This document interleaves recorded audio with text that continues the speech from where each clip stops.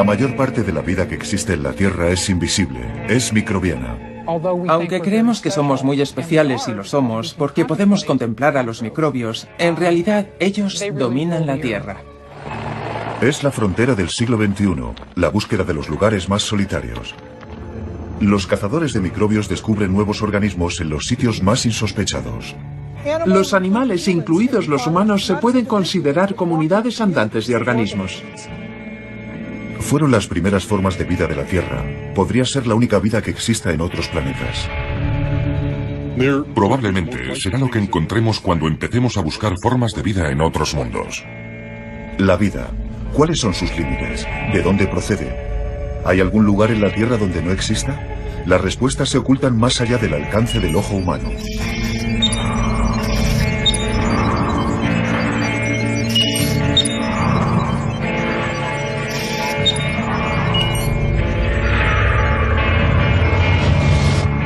Bajo la vida que vemos están las células que no podemos ver, los microbios que dominan el mundo. Los microbios dominan el mundo.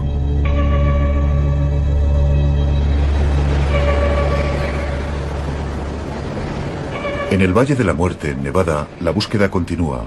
Estamos a 85 metros bajo el nivel del mar, el lugar más caluroso del mundo. Los cazadores de microbios buscan vida en las áridas salinas del lago Badwater. Parece el último lugar donde la científica Penny Amy debería buscar, pero los organismos que le interesan necesitan para sobrevivir concentraciones muy elevadas de sal. Hay unos depósitos rosa. Deberíamos tomar muestras por si hay halobacterias. Los microbios que ha encontrado son extraordinarios. Hace décadas ni se imaginaba su existencia. Pertenecen al grupo Archaea, los antiguos. Son extremófilos. Les gusta lo extremo. Y prosperan en lugares donde pensábamos que no podía haber vida.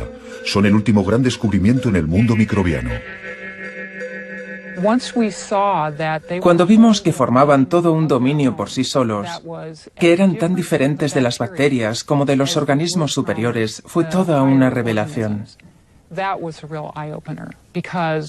Siempre habíamos pensado que todas las bacterias eran bacterias y que representaban una parte muy pequeña de, por ejemplo, la biomasa de la Tierra.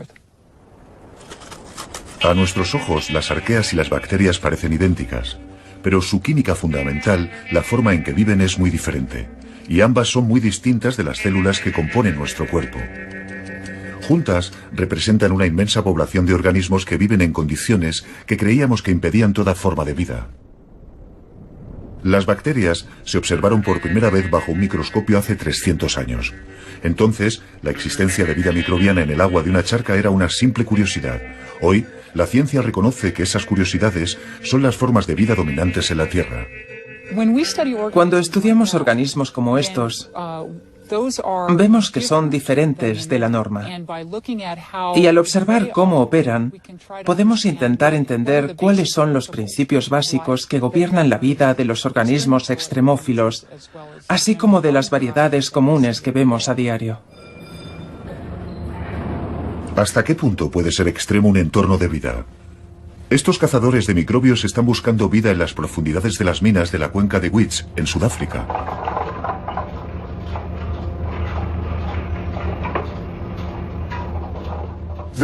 Este es nuestro acceso al subsuelo más profundo. ¿Qué es lo que nos interesa? Nos interesa ver qué está creciendo a 3 kilómetros bajo la superficie de la Tierra. ¿Crees que eso es azufre, calcio?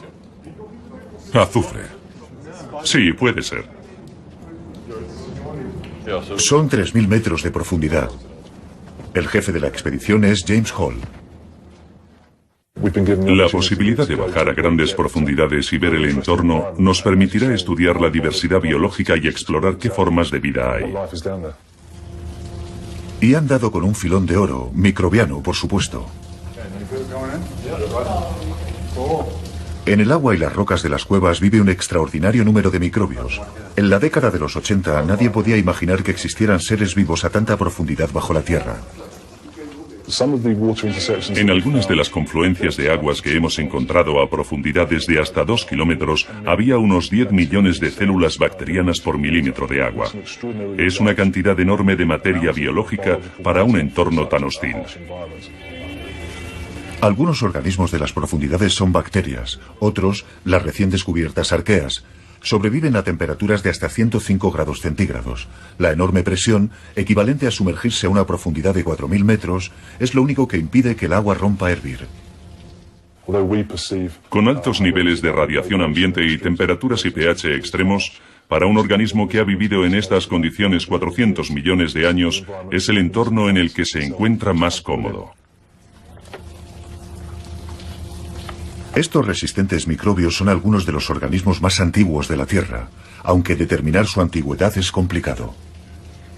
Las muestras de agua de las que hemos conseguido obtener cultivos tienen millones de años. Sus firmas son tan poco usuales que es difícil fecharlas con exactitud. Estamos haciendo más análisis para intentar resolverlo.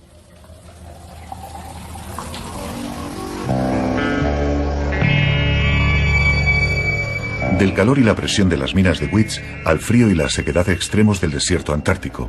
¿Inhóspito? Sí. ¿Deshabitado? En absoluto. Dale Anderson, de la Universidad de McGill, es otro cazador de microbios. Los organismos que se encuentran en el Antártico no están ahí necesariamente porque quieren.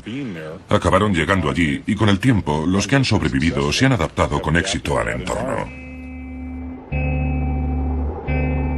Por la acción de los vientos y el clima, han aterrizado en el lugar más frío del mundo.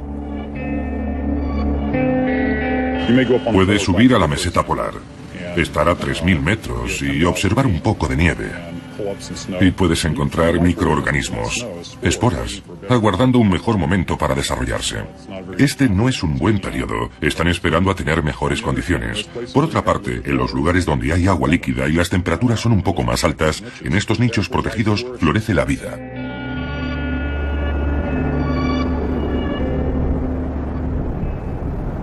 Anderson desciende al fondo de un lago glacial. Nunca había imaginado que pudiese haber vida allí, sin luz ni oxígeno. Pero, para su sorpresa, descubre una enorme comunidad de microbios viviendo en magníficas alfombras microbianas.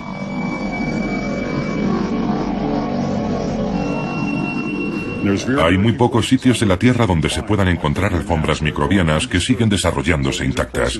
Tienen que ser lugares donde no haya peces ni insectos, donde nada pueda alterar los sedimentos ni romper la masa. En este frío extremo, con muy poco o ningún oxígeno, han sobrevivido durante millones de años, y no son tan extraños como podríamos imaginar. Puedes encontrar tipos muy similares de cianobacterias en el patio de tu casa, pero no tienen la posibilidad de crecer en un entorno donde nada las moleste, como pasaba hace entre 600 y 4.000 millones de años. Hace miles de millones de años, los microbios bullían por todo el planeta. Representaban algo que la joven Tierra aún no había experimentado, la vida. Ahora nos damos cuenta de lo extendida que está la vida microbiana y de su diversidad. Incluso amenaza nuestra posición en lo más alto del árbol de la vida. Vamos a tomar una muestra de la fuente hirviendo. Primero la analizamos y sacamos... En el laboratorio del Dr. Norman Pace, en la Universidad de Boulder, Colorado, descubren nuevos microbios a un ritmo espectacular. Pero la verdadera cuestión es qué pretenden estas extrañas formas de vida. Me parece asombroso que a día de hoy no tengamos ni idea de qué es lo que hacen. El mayor bioma del planeta, el agente más significativo en ese tipo de entorno, y no tenemos ni idea de cómo viven. ¿No es increíble? Billones de organismos invisibles al ojo humano, y apenas sabemos nada. Es a la vez una oportunidad fabulosa para la ciencia y una lección de humildad para los biólogos. Hemos conseguido entender muy poco de los organismos que forman el mundo microbiano natural. Estamos empezando a trabajar. Esta multitud de nuevas especies ha llevado a los científicos a adoptar un punto de vista radicalmente nuevo sobre la vida en la Tierra. Antes, los seres vivos se dividían en procariotas, las bacterias, protistas, las células simples como las amebas, y los ya familiares hongos, animales y plantas. En la base del árbol, las bacterias eran más simples, más primitivas, pero la nueva información molecular, sobre todo el descubrimiento de las arqueas, ha creado una asombrosa perspectiva. Ahora, el árbol de la vida solo tiene 3 ramas. Una engloba a todos los seres vivos que nos resultan familiares, desde las gambas a los humanos, bajo la etiqueta técnica de Eucaria. Las otras 2 ramas, que representan a la inmensa mayoría de los seres vivos, están formadas por seres invisibles, las bacterias y las arqueas. Esta nueva clasificación identifica el antepasado común. No es que un organismo específico o una rana como las actuales acabaran convirtiéndose en humano. No ocurrió así. Lo que es seguro es que tenemos un antepasado común que no se parecía ni a las ranas ni a los humanos. No se trata de que las ranas se convirtieran en humanos, sino de que ambos tienen un origen común en un pasado lejano, en un organismo cuya naturaleza desconocemos. Nuestro antepasado común es un microbio. Recientemente se ha podido decir con claridad dónde se encuentra el origen de la vida, y está aquí, en la separación entre las bacterias y las arqueas y los eucaria. Esto indica que nosotros y las arqueas tenemos un antepasado común que no comparten las bacterias. Las arqueas se parecen mucho más a nuestras células eucariotas que a las bacterias. Las arqueas tienen el mismo tipo de metabolismo que nosotros.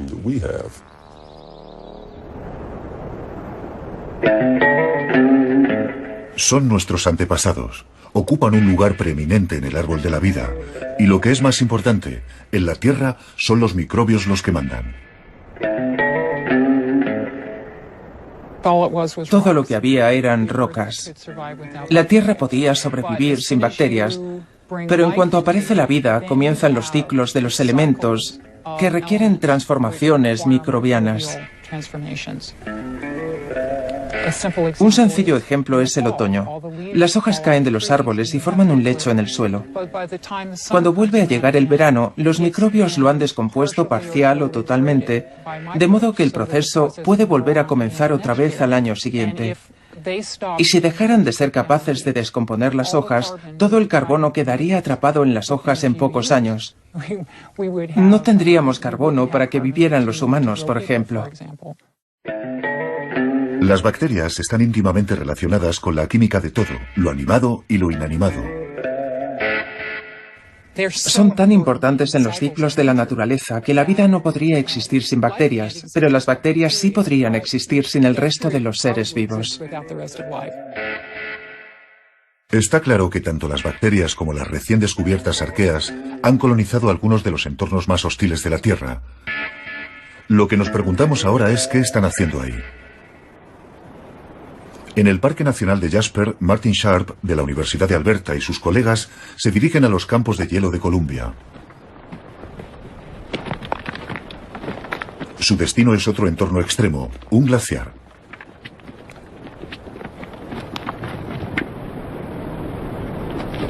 Sharp ha venido aquí para estudiar el sistema de drenaje del glaciar y no esperaba encontrar microbios en un papel protagonista.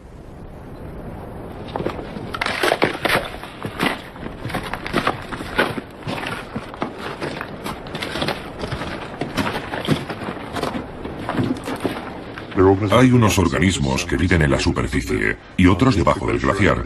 Y entre los últimos 5 y 10 centímetros de hielo, donde hay restos arrancados del lecho y probablemente también nutrientes procedentes de esos sedimentos, hay un gran número de organismos. Parece inevitable. Cuando un entorno en el planeta se vuelve microbiano, los organismos alteran lo que los rodea. Aquí, en las montañas rocosas, estaba claro que ocurría algo importante. Observamos todo tipo de características químicas que indicaban que había organismos y que eran importantes en el control de esa química. Eso contradecía la idea de que estos entornos eran demasiado hostiles para albergar vida. Estos microorganismos están afectando a su entorno químico local, pero potencialmente podrían influir en el ciclo del carbono e incluso en el cambio climático global. En Canadá, durante la última glaciación, hace entre 10 y 20.000 años, se formaron capas de hielo sobre áreas que ahora están cubiertas de bosque boreal, que es el mayor almacén de carbono orgánico del globo. Pero, ¿qué pasó con todo ese carbono orgánico cuando estaba debajo de las placas de hielo? Es posible que actuara como una gran fuente de energía de un ecosistema microbiano. Vastos bosques atrapados bajo el hielo, consumidos a lo largo de miles de años por microbios. Los organismos pueden haber estado produciendo gases de efecto invernadero acumulándose bajo las capas de hielo. Cuando empieza a fundirse, la liberación de esos gases a la atmósfera podría haber acentuado el calentamiento que estaba provocando la destrucción de esas mismas capas de hielo.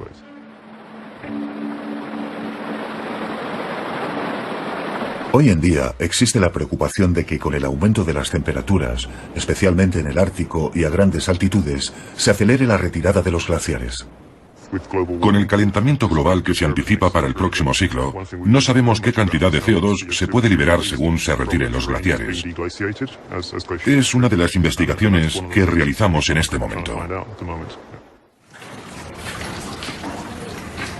En las minas de oro de Sudáfrica, los científicos examinan el impacto que pueden tener los microbios sobre las rocas que los rodean.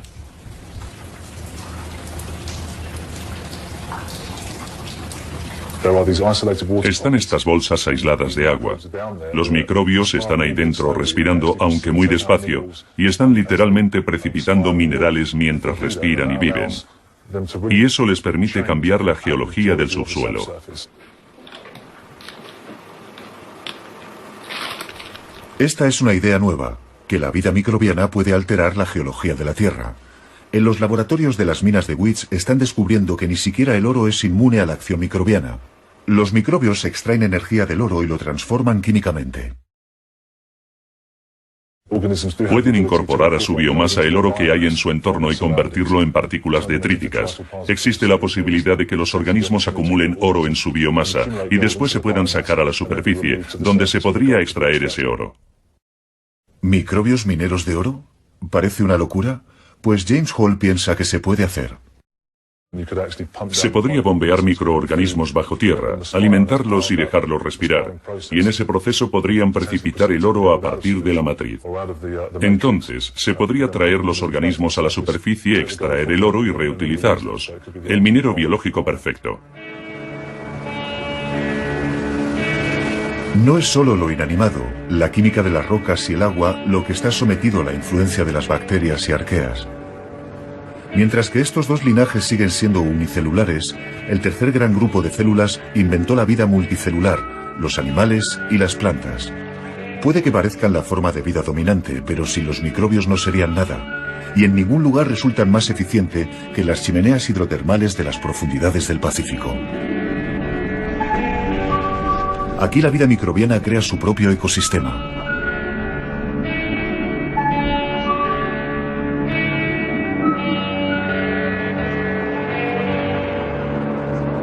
Bueno, es la parte externa de un reborde, sí.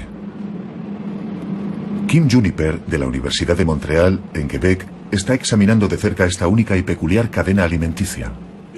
No es como los antílopes que pastan en las praderas del Serengeti y son devorados por los leones, ni como el plancton del que se alimentan los peces. Aquí puede estar ocurriendo algo extraño en un entorno oscuro donde solo hay calor y sustancias químicas y microbios que proporcionan alimento a toda una cadena de animales. Gusanos, crustáceos, mejillones, caracoles, todos se alimentan de los productos biológicos microbianos. Sabemos desde hace más de un siglo que hay ciertas especies de bacterias que hasta hace poco se consideraban casos exóticos aislados, que unos cuantos científicos locos estudiaban en sus laboratorios. Pero jamás habríamos imaginado que se podía construir todo un ecosistema a partir de reacciones químicas producidas por bacterias en lugar de emplear la energía solar. Y así, la historia de los microbios se complica cada vez más. Están en todas partes, incluso en lugares donde debería ser imposible que hubiera vida. En cualquier lugar que podamos imaginar, seguramente viven microbios. A veces, esos sorprendentes hábitats microbianos están en el interior de otros organismos. Algunos animales han permitido a los microbios invadir su cuerpo y formar una simbiosis. Un ejemplo son los gusanos de tubo gigantes que vemos en este entorno. Almejas y mejillones gigantes. Han desarrollado tejidos u órganos adaptados para alojar a estos microbios. A veces, el portador del microbio no tiene elección. En la Universidad de Rochester, el Dr. John Warren estudia la Wolbachia. Estas bacterias han encontrado la relación ideal con una avispa. Su portadora es la avispa esmeralda, la más extendida por todo el planeta. La Wolbachia ha conseguido invadir a tantas avispas que se ha convertido en una de las bacterias más extendidas del mundo, y para ello emplea una estrategia perfecta: controla la reproducción de su portador. Creo que son increíblemente listas, en el sentido de que estas bacterias han dado con formas muy originales de perpetuarse. La bacteria vive en los huevos de la avispa. Una vez establecida, le interesa asegurarse de que en la especie predominen las hembras. Las avispas macho no transmiten la bacteria a la siguiente generación, solo lo hacen las hembras. La bacteria tiene sus trucos. Algunas Wolbachia matan a los machos. Otras cepas de Wolbachia convierten a los machos en hembras. Es lo que se llama feminización. ¿Y por qué lo hacen? Bueno, si intentamos ponernos en el lugar de la bacteria por un momento, tiene todo el sentido del mundo.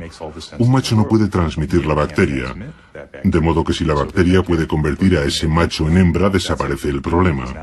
Y ya se puede transmitir a nuevas generaciones. Pero ¿cómo se aseguran las bacterias de estar en todos y cada uno de los huevos de las avispas? Bill Sullivan, de la Universidad de Santa Cruz, en California, sigue el movimiento de las bacterias dentro de las células del insecto. Se agrupan alrededor de unas estructuras llamadas centrosomas, centros organizadores de la célula que controlan su división. Es un lugar perfecto porque cuando se divide la célula, los centrosomas también se dividen, y eso significa que la Wolbachia se transmitirá con cada nueva célula a la siguiente generación.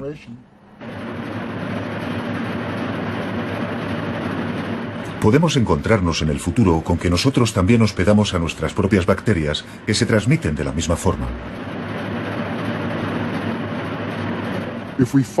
Si encontramos lo que les permite localizar los centrosomas en esos insectos, es bastante probable que esos mismos mecanismos se apliquen también a los humanos.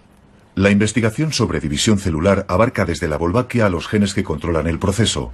Se podría así encontrar la causa de por qué a veces la división celular falla, como en el caso del cáncer. Si hace 10 o 15 años nos hubieran preguntado si esto era relevante en relación con el cáncer, supongo que habríamos dicho que en cierto modo podía ser importante, pero que no estábamos seguros. Y eso ha cambiado completamente porque ahora estamos seguros de que lo que estamos estudiando es relevante para el cáncer, porque estamos estudiando exactamente los mismos genes que se alteran. Son los mismos genes, y de hecho se pueden cambiar los genes entre dos organismos y funcionan perfectamente. Mientras tanto, los científicos solo pueden admirar la capacidad de supervivencia de la Wolbachia. Desde luego podemos alterarlos y seleccionar una forma u otra. En cierto modo lo hemos hecho en muchos casos nosotros mismos. Cuando tomamos antibióticos estamos seleccionando a la inversa. Y después hay que continuar la batalla porque siempre va a haber una nueva forma resistente a los antibióticos y vamos a tener que buscar un nuevo antibiótico. Así que ya tenemos más o menos una idea de lo que va a pasar. Digamos que encontramos una forma muy eficaz de eliminar la Wolbachia de los insectos. Estoy seguro de que dentro de un número de años, cientos o miles de años, reaparecerá con una nueva forma y tendremos que buscar otra manera de deshacernos de ella. La Wolbachia ha llegado a dominar hasta tal punto la reproducción de la avispa esmeralda que puede llegar a influir en su evolución. Si un macho y una hembra no pueden reproducirse, se convierten en especies diferentes. Con esta pareja joven de la misma especie, hemos descubierto, estudiándola en el laboratorio, que si nos deshacemos de la bacteria no tienen ningún problema para aparearse, lo hacen espontáneamente y los híbridos están bien. Los nietos de los híbridos están perfectos. No tienen muchas barreras intrínsecas para intercambiar genes. La única gran barrera intrínseca que vemos es la Wolbachia. Así que podemos curarlos, eliminar la Wolbachia y están perfectamente. La Wolbachia garantiza su supervivencia asegurándose de que haya muchas avispas hembra, pero los microbios no tienen que ser tan diabólicos para conseguir su objetivo. En Hawái, en el laboratorio marino Koala, Margaret McFolgey y su compañero Edward Ruby están estudiando el calamar Euprymna scolopes, un animal que depende de una bacteria llamada Vibrio fischeri para sobrevivir.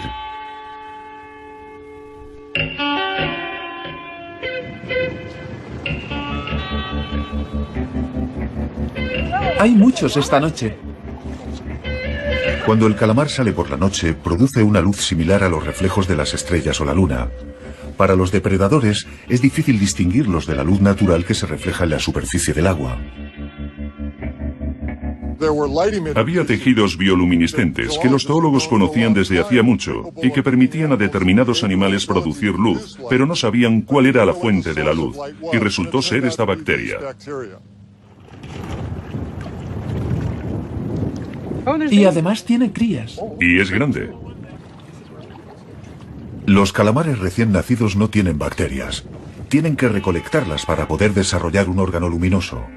El animal y la bacteria se comunican de alguna forma y el tipo de bacteria adecuada se establece en el cuerpo del calamar. No sabemos cuál de los dos envía la primera señal. Se comunican entre sí para establecer y mantener la colonización, porque no sería extraño que la bacteria entrase en el cuerpo y se reprodujera demasiado, o que fuera eliminada por el portador. Y una vez dentro, tiene que establecerse un equilibrio entre el portador y el otro simbionte. Y eso tiene que ser una negociación muy delicada entre los dos. Es como si el portador estuviera poniendo contraseñas a la bacteria para permitirle el paso. Está diciendo, ¿eres la correcta? Sí, soy la correcta. ¿Pero realmente eres la correcta? Sí, realmente soy la correcta. Cuanto más peligrosa es la situación, en este caso tener bacterias que crecen en tus tejidos, más cuidado debes tener como portador de que tienes la bacteria adecuada. Las bacterias están comprobando constantemente la presencia de otras bacterias mediante moléculas mensajeras para establecer cuándo hay suficientes para producir una cantidad significativa de luz, y entonces la encienden. Estas moléculas permiten a las bacterias saber no solo si hay otras bacterias alrededor, sino también si son de su misma especie. Así que básicamente perciben cuántas más como ellas de su propia especie están presentes en el entorno. Esta es una relación poco usual, la de un tipo específico de bacteria y un calamar, una relación poco usual y delicada. Cada vez hay más pruebas de que la interacción con microorganismos ha sido una constante a lo largo de la evolución de los animales. Y es que cada animal que encontramos y que examinamos con todo detalle parece tener alguna asociación con una bacteria en particular, con una bacteria específica, su socio bacteriano. Esta asociación entre un animal y sus microbios es esencial para la salud, incluso para la supervivencia del animal. Sin bacterias, muchos sistemas orgánicos animales no se desarrollarían correctamente. Lo sabemos a partir de estudios de los denominados animales notobióticos, animales que se desarrollan sin la presencia de bacterias.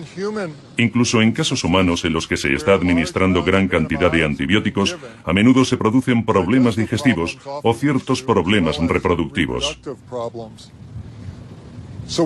De modo que, sin un equilibrio bacteriano correcto, la comunidad entera, es decir, la bacteria y su portador animal, no operan bien.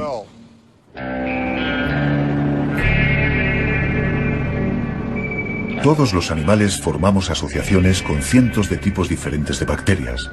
Y no son bacterias cualesquiera.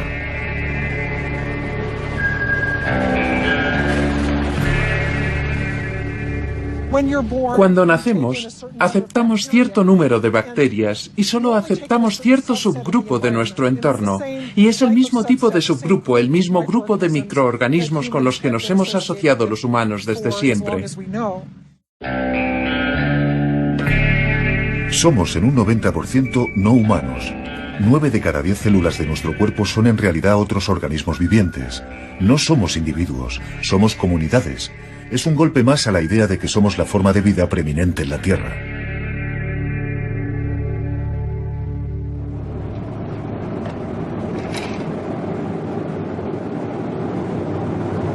Solo vamos a tomar una pequeña muestra. Los científicos del laboratorio de Norman Pace están intentando determinar cuántos microbios diferentes pueden existir.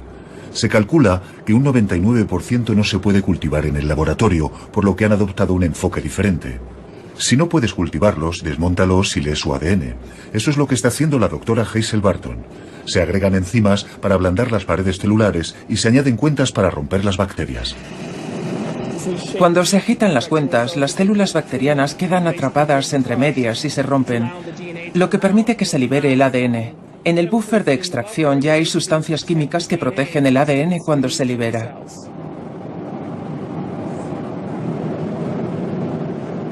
Este ADN líquido es muy valioso. Contiene los genomas de todos los organismos que se han encontrado en el entorno. Es como leer un libro, solo que no entendemos lo que significan las palabras. Por eso tenemos que llevarlo al otro ordenador y comparar las firmas con toda la información que tenemos en la base de datos. Es casi como un código lo que aparece ante nosotros, y así podremos entender lo que nos está diciendo esta información. Hasta ahora, esa información está diciendo a Hazel Barton que está encontrando un número asombroso de nuevos organismos. A decir verdad, es raro el día que no descubrimos un nuevo filotipo, que es básicamente para el LEGO como descubrir una nueva especie. En algunos entornos que investigamos, solemos encontrar habitualmente más de 30 nuevas especies en un solo entorno.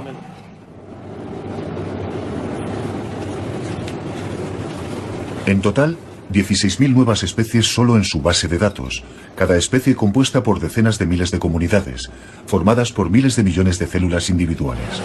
Después clonamos cada uno de esos fragmentos de ADN en un organismo, de forma que tenemos una colonia individual que representa a cada una de las huellas genéticas de ese entorno. Son las páginas amarillas de ese entorno. Si comparamos lo que sabíamos hace 10 años con lo que sabemos ahora, es como si hubiéramos despegado en un cohete a una velocidad de vértigo.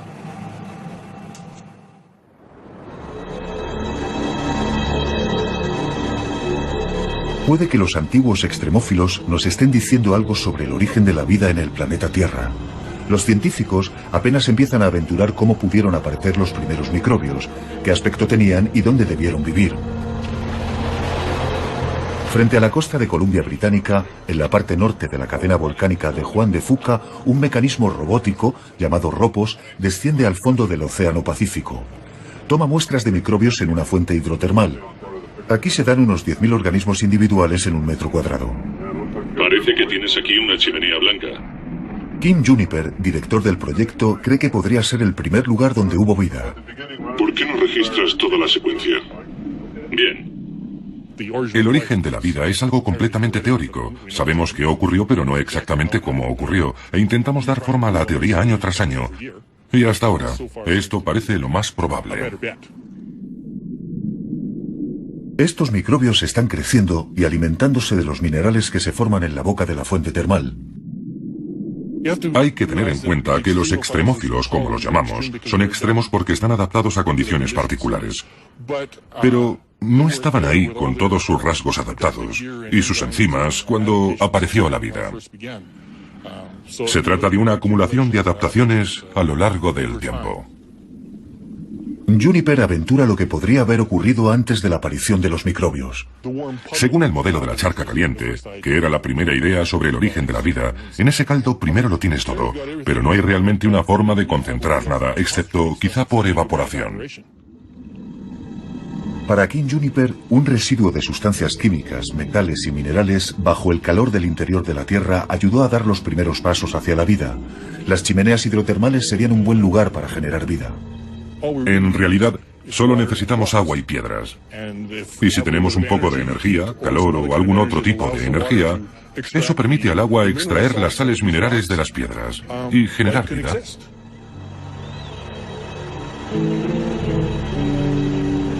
No hace falta sumergirse hasta las chimeneas hidrotermales del Pacífico para encontrar condiciones similares a las que originaron la vida. En el Parque Nacional de Yellowstone, en Wyoming, las fuentes hidrotermales están repletas de arqueas. El doctor Norman Pace tiene la sensación de que las condiciones que se dan aquí deben ser muy parecidas a las de la Tierra primitiva.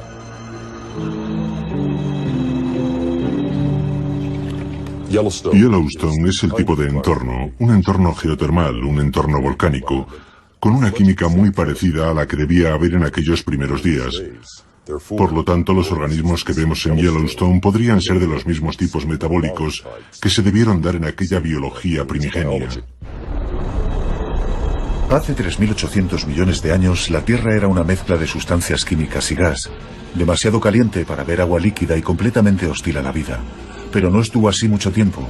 Al enfriarse la Tierra, el vapor de la atmósfera se convirtió en agua, y con agua ya estaba dispuesto el escenario para la aparición de la vida. Debió condensarse con rapidez, puede que en no más de 40 días y 40 noches. Habría caído toda esa agua y habría formado un océano sobre todo el planeta, de unos 4 kilómetros de profundidad. Un océano asentado sobre roca fundida.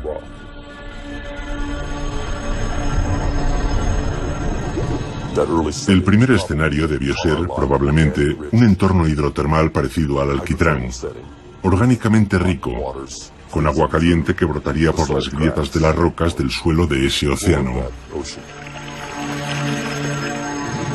Norman Pace sospecha que las primeras formas de vida terrestre nos habrían parecido muy peculiares.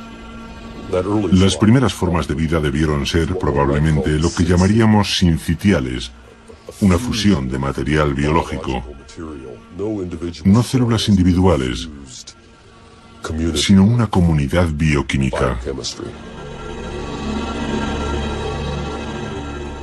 Podrían parecer manchas de alquitrán sobre las paredes esponjosas de basalto, entre las que brotaba el agua caliente.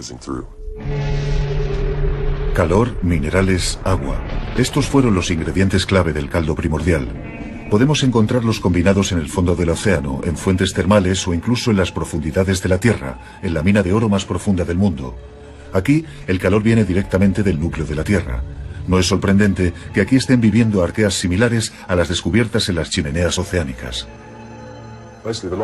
El proceso vital parece encontrar cualquier tipo de nicho o de sistema energético disponible para explorarlo y utilizarlo para su supervivencia.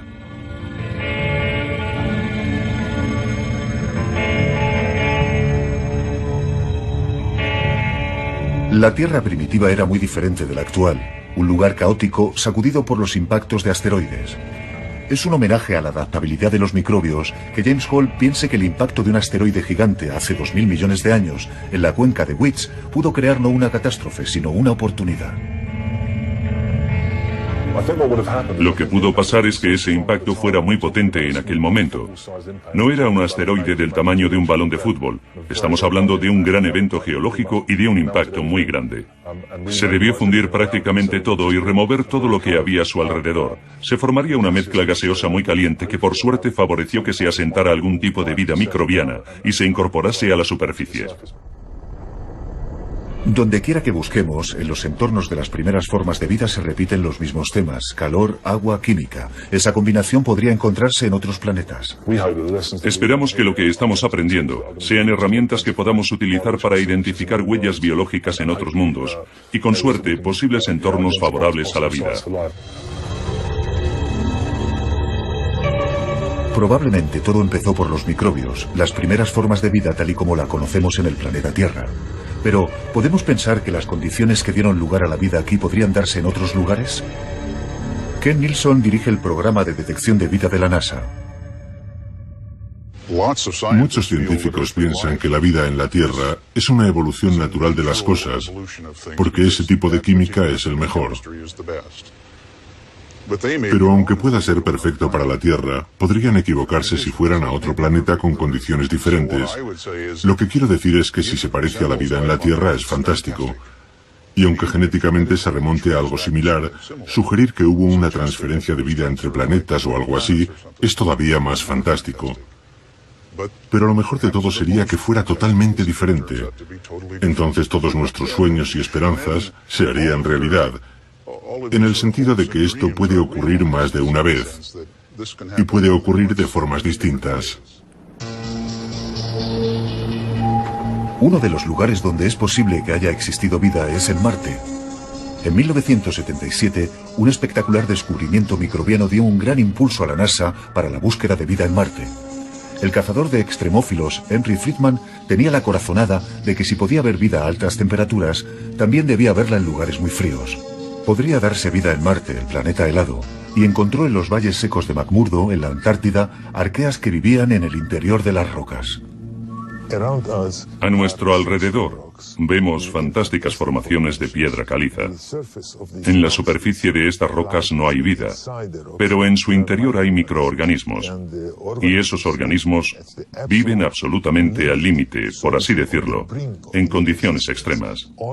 Siempre hambrientos, siempre helados, siempre al borde de la extinción. Pero sobreviven. Sobreviven porque han encontrado refugio en el interior de las rocas. Dale Anderson ha estado con Friedman en la Antártida y es miembro de la NASA. Durante años y años, la gente ha estado recorriendo estas superficies calizas. Los geólogos han estado tomando muestras, examinándolas, y nadie había imaginado que era como una urbanización poblada por innumerables microorganismos. Y era una buena noticia porque significaba que había un nuevo nicho, un nuevo entorno en la superficie de Marte donde podíamos buscar signos de vida. Antes de este descubrimiento parecía improbable encontrar vida en la inhóspita superficie de Marte, pero esto lo cambió todo. Esos climas en Marte puede que no fueran mucho más calientes que los de los valles secos de McMurdo, donde la temperatura media anual es de 20 grados bajo cero. Si podemos comprender cómo sobrevive un organismo en una zona como los valles secos o en otras áreas de la Antártida, eso nos ayudaría a entender qué se debería hacer para buscar vida o restos de organismos vivos en Marte. ¿Qué se debería hacer? Es lo que se estudia en el Laboratorio de Retropropulsión de Pasadena, en California. El científico Sasha Tapin está examinando una muestra de piedra de Henry Friedman más de cerca. Hace un tag de la muestra. Después de horas de escaneado, el ordenador elabora una réplica exacta de la piedra. Los datos se transfieren a un programa de representación en 3D. Rohit Bhartia, programador informático de la NASA, puede examinar el interior de la piedra virtual en busca de microbios sin dañar la original. Y entonces, como puede ver aquí, se distingue una línea más oscura que es una comunidad de organismos vivientes. Estas imágenes en 3D se pueden seccionar de cualquier forma y por cualquier parte para mostrar que una piedra fría y dura es el hogar de una comunidad de microorganismos. Ahora ninguna de estas piedras me parece algo inanimado. Está animada. Hay vida por todas partes. Es una fuente de alimentación. Es lo que respiran estos seres, estas bacterias. Es el medio en el que se desarrolla su vida, su casa. Es su forma de vida. En su interior hay comunidades enteras. Ya no es una piedra que puedas tirar y decir, ahí no hay nada, es un objeto inanimado. Los seres que viven dentro de la roca han formado una estructura cooperativa llamada biofilm, con una jerarquía. Las bacterias productoras primarias están en la parte superior. Las que viven de los bioproductos de las bacterias primarias están debajo. Pueden sobrevivir fuera de la comunidad como bacterias individualistas. Se han encontrado así, pero entonces operan de forma distinta y pueden cambiar de entorno gracias al biofilm, a su estructura organizada. Trabajan mejor en comunidad. Es una de esas cosas que se podrían antropomorfizar y pensar que lo saben, pero no podemos estar seguros de si lo saben, o simplemente es un bioproducto de su existencia.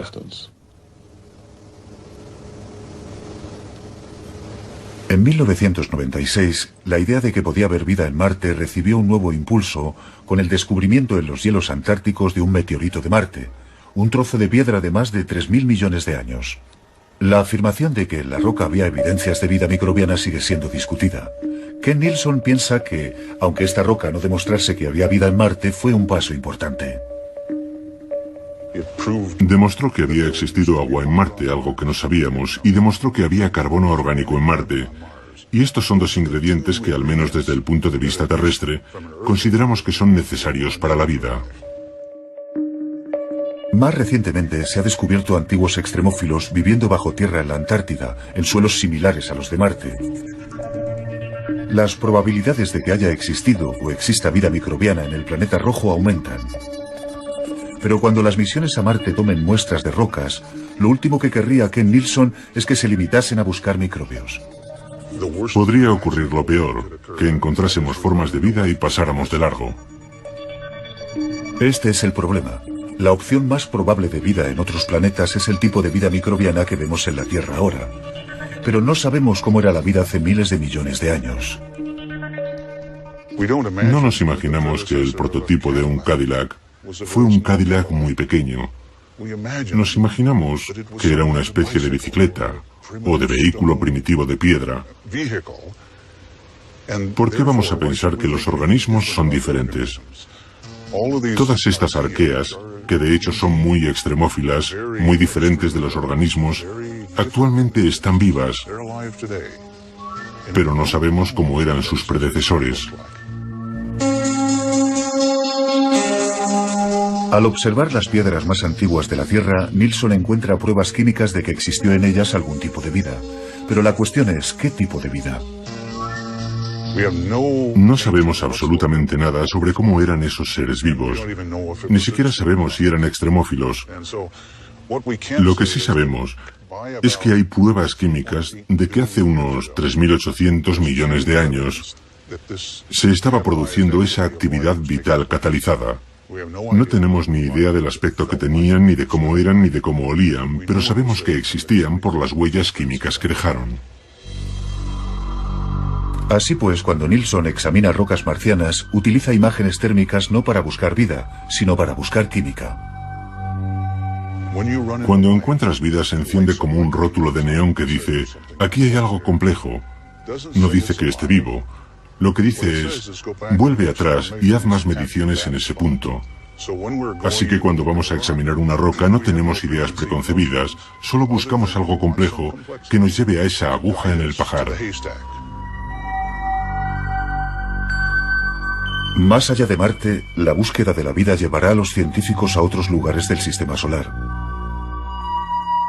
Hay indicios de que en las lunas de Júpiter, Europa, Ganímedes y Calisto, podría haber agua en estado líquido bajo las capas superficiales de hielo. King Juniper cree que bajo la superficie helada de las lunas podría haber algo parecido a las chimeneas hidrotermales. Incluso sería posible confirmarlo examinando el material pulverizado que generan los impactos de meteoritos en la superficie de estas lunas.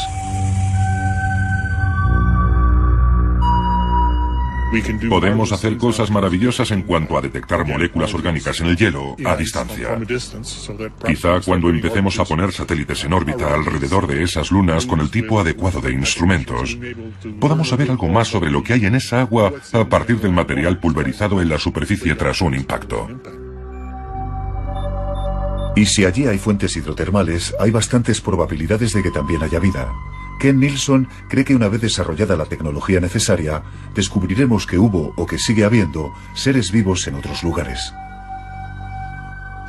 Hace alrededor de 4.000 millones de años, la Tierra se enfrió lo suficiente para ser compatible con lo que llamamos vida. Y dentro de un par de cientos de millones de años después, hay evidencias de que existe vida. Eso es fantástico.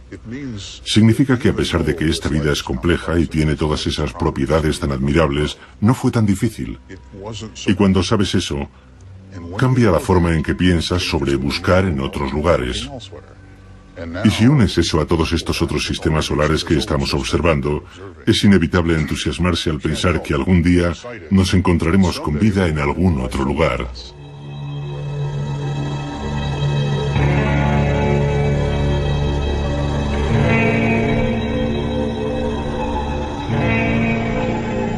En el Valle de la Muerte, Ben y Amy busca vida de otra forma. Está tomando muestras en más lugares y encontrando más microbios que nunca. Una tarea interminable. Si alguna vez pensáramos que podemos clasificar todo lo que existe en la Tierra, ese sería el momento de que algo nuevo evolucionase, y tendríamos que volver a descubrirlo. Microbios, la vida más abundante en la Tierra, los seres invisibles que dominan el mundo. Juegan un papel en todos los aspectos de nuestra vida, desde la salud a la limpieza del medio ambiente, a las estructuras geológicas o la biodegradación. Y muy poca gente sabe esto porque no los vemos. Esta historia no ha hecho más que empezar. Ahora sabemos que los microbios son los que llevan aquí más tiempo, representan la inmensa mayoría de la verdadera diversidad en la Tierra y han transformado tanto la Tierra como todas las demás formas de vida. Y es posible que estén haciendo lo mismo en este momento en otros planetas. No hay duda, los microbios dominan el mundo.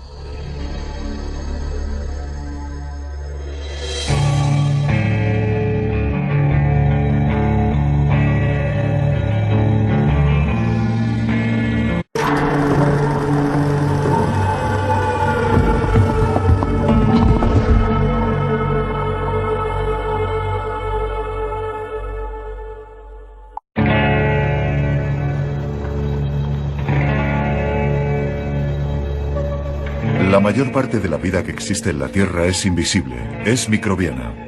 Aunque creemos que somos muy especiales y lo somos porque podemos contemplar a los microbios, en realidad ellos dominan la Tierra. Es la frontera del siglo XXI, la búsqueda de los lugares más solitarios. Los cazadores de microbios descubren nuevos organismos en los sitios más insospechados. Los animales, incluidos los humanos, se pueden considerar comunidades andantes de organismos. Fueron las primeras formas de vida de la Tierra.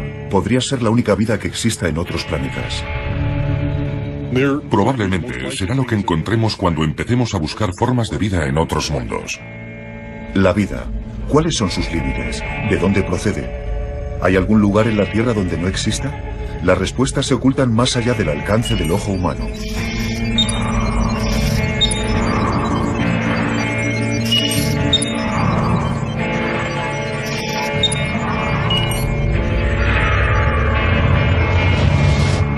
Bajo la vida que vemos están las células que no podemos ver, los microbios que dominan el mundo. Los microbios dominan el mundo.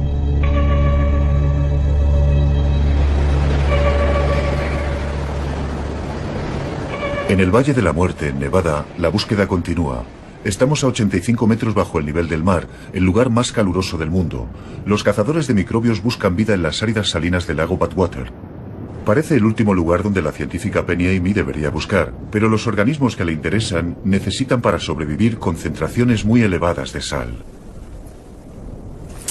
Hay unos depósitos rosa. Deberíamos tomar muestras por si hay halobacterias. Los microbios que ha encontrado son extraordinarios. Hace décadas ni se imaginaba su existencia. Pertenecen al grupo Archaea, los antiguos. Son extremófilos. Les gusta lo extremo. Y prosperan en lugares donde pensábamos que no podía haber vida. Son el último gran descubrimiento en el mundo microbiano. Cuando vimos que formaban todo un dominio por sí solos, que eran tan diferentes de las bacterias como de los organismos superiores, fue toda una revelación. Siempre habíamos pensado que todas las bacterias eran bacterias y que representaban una parte muy pequeña de, por ejemplo, la biomasa de la Tierra. A nuestros ojos, las arqueas y las bacterias parecen idénticas, pero su química fundamental, la forma en que viven, es muy diferente, y ambas son muy distintas de las células que componen nuestro cuerpo. Juntas, representan una inmensa población de organismos que viven en condiciones que creíamos que impedían toda forma de vida. Las bacterias se observaron por primera vez bajo un microscopio hace 300 años. Entonces, la existencia de vida microbiana en el agua de una charca era una simple curiosidad. Hoy, la ciencia reconoce que esas curiosidades son las formas de vida dominantes en la Tierra. Cuando estudiamos organismos como estos, vemos que son diferentes de la norma. Y al observar cómo operan, podemos intentar entender cuáles son los principios básicos que gobiernan la vida de los organismos extremófilos, así como de las variedades comunes que vemos a diario. ¿Hasta qué punto puede ser extremo un entorno de vida? Estos cazadores de microbios están buscando vida en las profundidades de las minas de la cuenca de Wits, en Sudáfrica.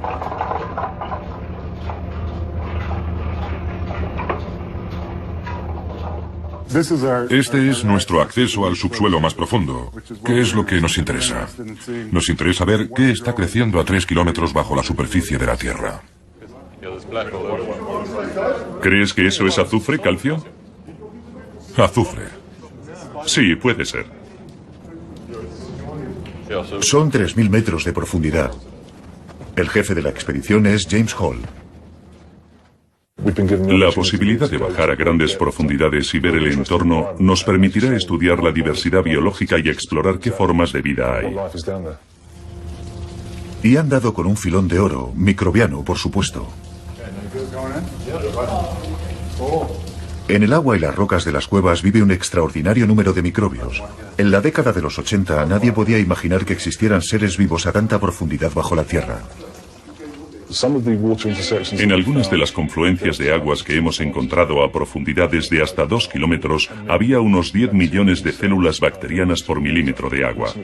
Es una cantidad enorme de materia biológica para un entorno tan hostil. Algunos organismos de las profundidades son bacterias, otros, las recién descubiertas arqueas. Sobreviven a temperaturas de hasta 105 grados centígrados. La enorme presión, equivalente a sumergirse a una profundidad de 4.000 metros, es lo único que impide que el agua rompa a hervir. Con altos niveles de radiación ambiente y temperaturas y pH extremos, para un organismo que ha vivido en estas condiciones 400 millones de años, es el entorno en el que se encuentra más cómodo. Estos resistentes microbios son algunos de los organismos más antiguos de la Tierra, aunque determinar su antigüedad es complicado. Las muestras de agua de las que hemos conseguido obtener cultivos tienen millones de años. Sus firmas son tan poco usuales que es difícil fecharlas con exactitud. Estamos haciendo más análisis para intentar resolverlo.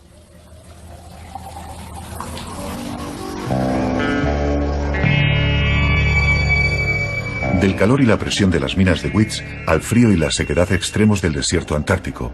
¿Inhóspito? Sí. ¿Deshabitado? En absoluto. Dale Anderson, de la Universidad de McGill, es otro cazador de microbios. Los organismos que se encuentran en el Antártico no están ahí necesariamente porque quieren. Acabaron llegando allí y con el tiempo los que han sobrevivido se han adaptado con éxito al entorno. Por la acción de los vientos y el clima, han aterrizado en el lugar más frío del mundo. Puede subir a la meseta polar, estar a 3000 metros y observar un poco de nieve. Y puedes encontrar microorganismos, esporas, aguardando un mejor momento para desarrollarse. Este no es un buen periodo, están esperando a tener mejores condiciones. Por otra parte, en los lugares donde hay agua líquida y las temperaturas son un poco más altas, en estos nichos protegidos florece la vida.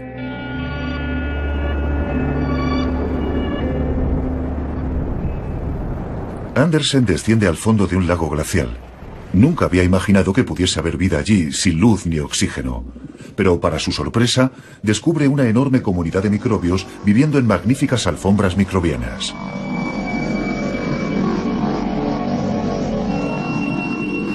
Hay muy pocos sitios en la Tierra donde se puedan encontrar alfombras microbianas que siguen desarrollándose intactas. Tienen que ser lugares donde no haya peces ni insectos, donde nada pueda alterar los sedimentos ni romper la masa. En este frío extremo, con muy poco o ningún oxígeno, han sobrevivido durante millones de años, y no son tan extraños como podríamos imaginar. Puedes encontrar tipos muy similares de cianobacterias en el patio de tu casa, pero no tienen la posibilidad de crecer en un entorno donde nada las moleste, como pasaba hace entre 600 y 4000 millones de años. Hace miles de millones de años, los microbios bullían por todo el planeta. Representaban algo que la joven Tierra aún no había experimentado, la vida. Ahora nos damos cuenta de lo extendida que está la vida microbiana y de su diversidad. Incluso amenaza nuestra posición en lo más alto del árbol de la vida. Vamos a tomar una muestra de la fuente hirviendo. Primero la analizamos y sacamos... En el laboratorio del Dr. Norman Pace, en la Universidad de Boulder, Colorado, descubren nuevos microbios a un ritmo espectacular. Pero la verdadera cuestión es qué pretenden estas extrañas formas de vida. Me parece asombroso que a día de hoy no tengamos ni idea de qué es lo que hacen. El mayor bioma del planeta, el agente más significativo en ese tipo de entorno, y no tenemos ni idea de cómo viven. ¿No es increíble? Billones de organismos invisibles al ojo humano, y apenas sabemos nada. Es a la vez una oportunidad fabulosa para la ciencia y una lección de humildad para los biólogos. Hemos conseguido entender muy poco de los organismos que forman el mundo microbiano natural. Estamos empezando a trabajar. Esta multitud de nuevas especies ha llevado a los científicos a adoptar un punto de vista radicalmente nuevo sobre la vida en la Tierra. Antes, los seres vivos se dividían en procariotas, las bacterias, protistas, las células simples como las amebas, y los ya familiares hongos, animales y plantas. En la base del árbol, las bacterias eran más simples, más primitivas, pero la nueva información molecular, sobre todo el descubrimiento de las arqueas, ha creado una asombrosa perspectiva. Ahora, el árbol de la vida solo tiene 3 ramas. Una engloba a todos los seres vivos que nos resultan familiares, desde las gambas a los humanos, bajo la etiqueta técnica de Eukarya. Las otras 2 ramas, que representan a la inmensa mayoría de los seres vivos, están formadas por seres invisibles, las bacterias y las arqueas. Esta nueva clasificación identifica el antepasado común. No es que un organismo específico o una rana como las actuales acabaran convirtiéndose en humano. No ocurrió así. Lo que es seguro es que tenemos un antepasado común que no se parecía ni a las ranas ni a los humanos.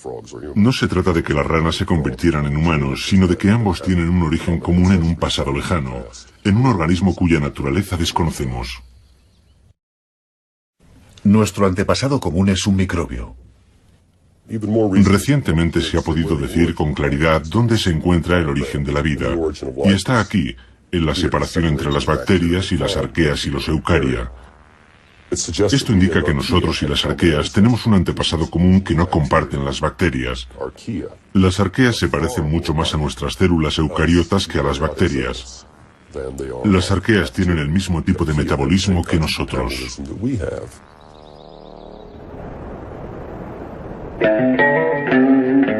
Son nuestros antepasados. Ocupan un lugar preeminente en el árbol de la vida. Y lo que es más importante, en la Tierra son los microbios los que mandan. Todo lo que había eran rocas. La Tierra podía sobrevivir sin bacterias, pero en cuanto aparece la vida, comienzan los ciclos de los elementos que requieren transformaciones microbianas. Un sencillo ejemplo es el otoño. Las hojas caen de los árboles y forman un lecho en el suelo. Cuando vuelve a llegar el verano, los microbios lo han descompuesto parcial o totalmente, de modo que el proceso puede volver a comenzar otra vez al año siguiente. Y si dejaran de ser capaces de descomponer las hojas, todo el carbono quedaría atrapado en las hojas en pocos años. No tendríamos carbono para que vivieran los humanos, por ejemplo. Las bacterias están íntimamente relacionadas con la química de todo, lo animado y lo inanimado. Son tan importantes en los ciclos de la naturaleza que la vida no podría existir sin bacterias, pero las bacterias sí podrían existir sin el resto de los seres vivos. Está claro que tanto las bacterias como las recién descubiertas arqueas han colonizado algunos de los entornos más hostiles de la Tierra. Lo que nos preguntamos ahora es qué están haciendo ahí. En el Parque Nacional de Jasper, Martin Sharp, de la Universidad de Alberta, y sus colegas se dirigen a los campos de hielo de Columbia. Su destino es otro entorno extremo, un glaciar.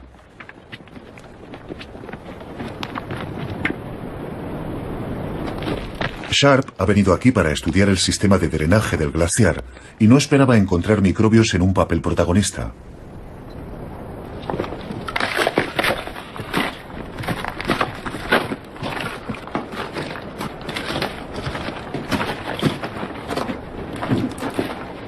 Hay unos organismos que viven en la superficie y otros debajo del glaciar, y entre los últimos 5 y 10 centímetros de hielo, donde hay restos arrancados del lecho y probablemente también nutrientes procedentes de esos sedimentos, hay un gran número de organismos.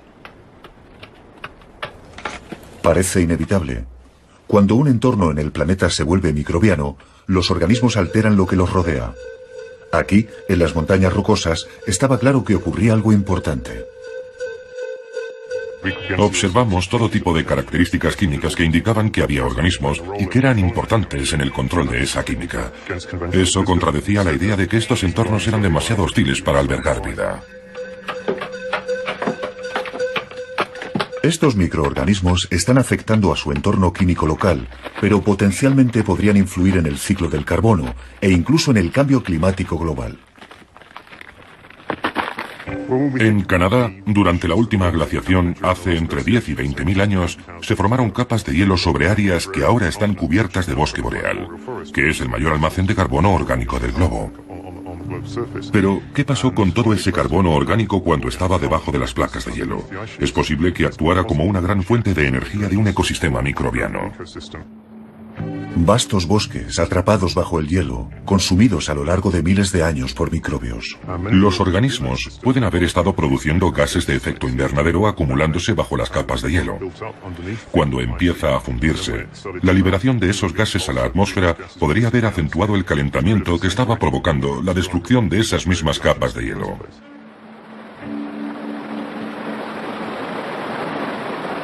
Hoy en día existe la preocupación de que con el aumento de las temperaturas, especialmente en el Ártico y a grandes altitudes, se acelere la retirada de los glaciares. Con el calentamiento global que se anticipa para el próximo siglo, no sabemos qué cantidad de CO2 se puede liberar según se retiren los glaciares. Es una de las investigaciones que realizamos en este momento. En las minas de oro de Sudáfrica, los científicos examinan el impacto que pueden tener los microbios sobre las rocas que los rodean.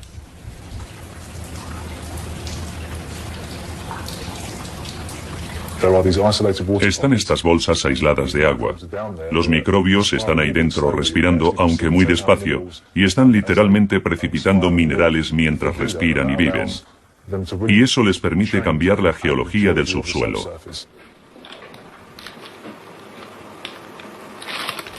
Esta es una idea nueva, que la vida microbiana puede alterar la geología de la Tierra. En los laboratorios de las minas de Wits están descubriendo que ni siquiera el oro es inmune a la acción microbiana. Los microbios extraen energía del oro y lo transforman químicamente. Pueden incorporar a su biomasa el oro que hay en su entorno y convertirlo en partículas detríticas. Existe la posibilidad de que los organismos acumulen oro en su biomasa y después se puedan sacar a la superficie, donde se podría extraer ese oro. ¿Microbios mineros de oro? ¿Parece una locura? Pues James Hall piensa que se puede hacer. Se podría bombear microorganismos bajo tierra, alimentarlos y dejarlos respirar, y en ese proceso podrían precipitar el oro a partir de la matriz. Entonces, se podría traer los organismos a la superficie, extraer el oro y reutilizarlos. El minero biológico perfecto. No es solo lo inanimado, la química de las rocas y el agua lo que está sometido a la influencia de las bacterias y arqueas. Mientras que estos dos linajes siguen siendo unicelulares, el tercer gran grupo de células inventó la vida multicelular, los animales y las plantas. Puede que parezcan la forma de vida dominante, pero sin los microbios no serían nada, y en ningún lugar resultan más eficiente que las chimeneas hidrotermales de las profundidades del Pacífico. Aquí la vida microbiana crea su propio ecosistema.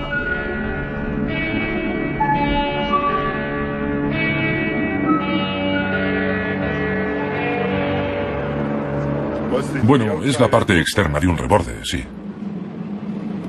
Kim Juniper, de la Universidad de Montreal, en Quebec, está examinando de cerca esta única y peculiar cadena alimenticia.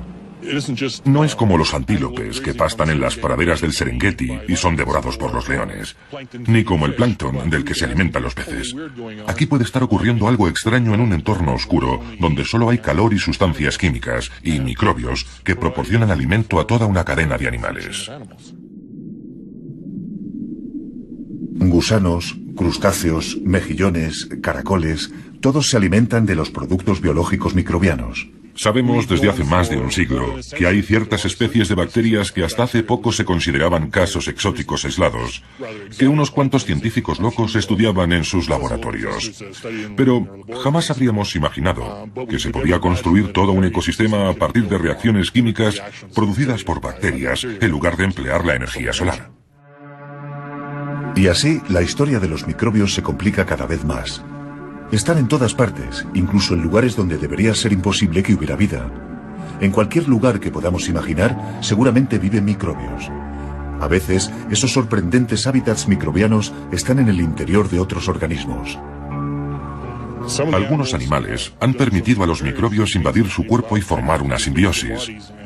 Un ejemplo son los gusanos de tubo gigantes que vemos en este entorno. Almejas y mejillones gigantes. Han desarrollado tejidos u órganos adaptados para alojar a estos microbios. A veces, el portador del microbio no tiene elección. En la Universidad de Rochester, el Dr. John Warren estudia la Wolbachia.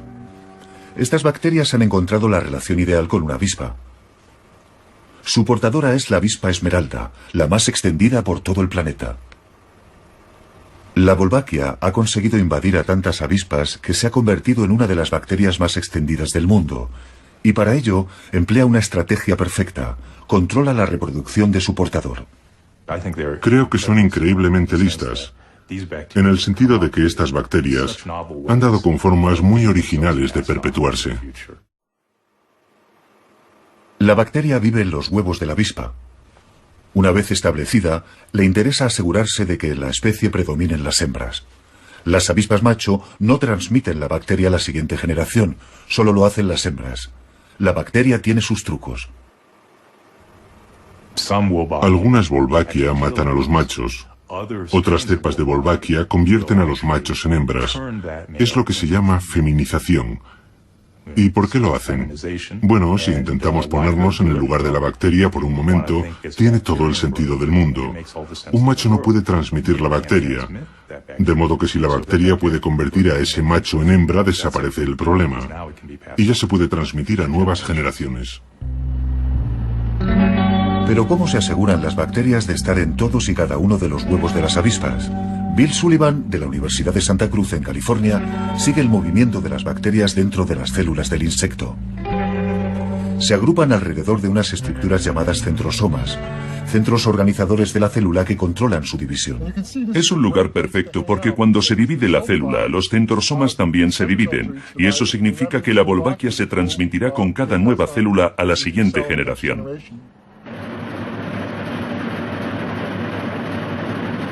Podemos encontrarnos en el futuro con que nosotros también hospedamos a nuestras propias bacterias que se transmiten de la misma forma. Si encontramos lo que les permite localizar los centrosomas en esos insectos, es bastante probable que esos mismos mecanismos se apliquen también a los humanos. La investigación sobre división celular abarca desde la Wolbachia a los genes que controlan el proceso. Se podría así encontrar la causa de por qué a veces la división celular falla, como en el caso del cáncer. Si hace 10 o 15 años nos hubieran preguntado si esto era relevante en relación con el cáncer, supongo que habríamos dicho que en cierto modo podía ser importante, pero que no estábamos seguros. Y eso ha cambiado completamente porque ahora estamos seguros de que lo que estamos estudiando es relevante para el cáncer, porque estamos estudiando exactamente los mismos genes que se alteran.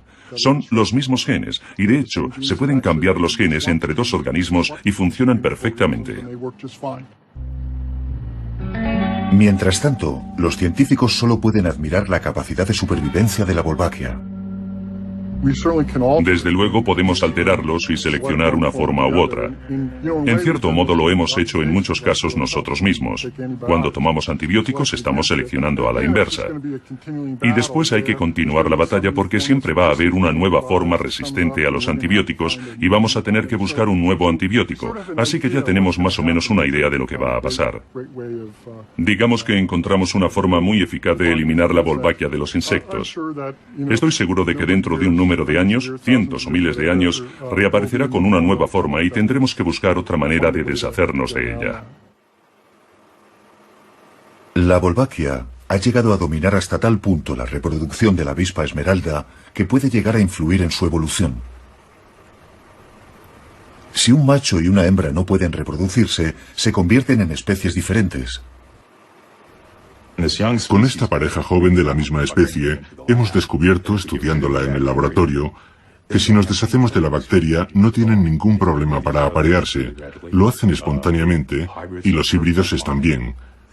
Los nietos de los híbridos están perfectos. No tienen muchas barreras intrínsecas para intercambiar genes. La única gran barrera intrínseca que vemos es la Wolbachia. Así que podemos curarlos, eliminar la Wolbachia y están perfectamente. La Wolbachia garantiza su supervivencia asegurándose de que haya muchas avispas hembra, pero los microbios no tienen que ser tan diabólicos para conseguir su objetivo. En Hawái, en el laboratorio marino Koala, Margaret McFolgey y su compañero Edward Ruby están estudiando el calamar Euprymna scolopes, un animal que depende de una bacteria llamada Vibrio fischeri para sobrevivir.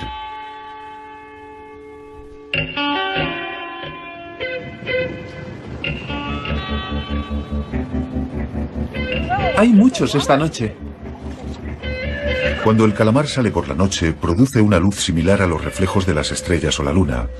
Para los depredadores, es difícil distinguirlos de la luz natural que se refleja en la superficie del agua. Había tejidos bioluminiscentes que los zoólogos conocían desde hacía mucho y que permitían a determinados animales producir luz, pero no sabían cuál era la fuente de la luz, y resultó ser esta bacteria. Y además tiene crías. Y es grande. Los calamares recién nacidos no tienen bacterias. Tienen que recolectarlas para poder desarrollar un órgano luminoso. El animal y la bacteria se comunican de alguna forma y el tipo de bacteria adecuada se establece en el cuerpo del calamar. No sabemos cuál de los dos envía la primera señal. Se comunican entre sí para establecer y mantener la colonización, porque no sería extraño que la bacteria entrase en el cuerpo y se reprodujera demasiado, o que fuera eliminada por el portador. Y una vez dentro, tiene que establecerse un equilibrio entre el portador y el otro simbionte. Y eso tiene que ser una negociación muy delicada entre los dos. Es como si el portador estuviera poniendo contraseñas a la bacteria para permitirle el paso. Está diciendo, ¿eres la correcta? Sí, soy la correcta. ¿Pero realmente eres la correcta? Sí, realmente soy la correcta. Cuanto más peligrosa es la situación, en este caso tener bacterias que crecen en tus tejidos, más cuidado debes tener como portador de que tienes la bacteria adecuada. Las bacterias están comprobando constantemente la presencia de otras bacterias mediante moléculas mensajeras para establecer cuándo hay suficientes para producir una cantidad significativa de luz, y entonces la encienden. Estas moléculas permiten a las bacterias saber no solo si hay otras bacterias alrededor, sino también si son de su misma especie. Así que básicamente perciben cuántas más como ellas de su propia especie están presentes en el entorno. Esta es una relación poco usual, la de un tipo específico de bacteria y un calamar, una relación poco usual y delicada. Cada vez hay más pruebas de que la interacción con microorganismos ha sido una constante a lo largo de la evolución de los animales. Y es que cada animal que encontramos y que examinamos con todo detalle parece tener alguna asociación con una bacteria en particular, con una bacteria específica, su socio bacteriano. Esta asociación entre un animal y sus microbios es esencial para la salud, incluso para la supervivencia del animal. Sin bacterias, muchos sistemas orgánicos animales no se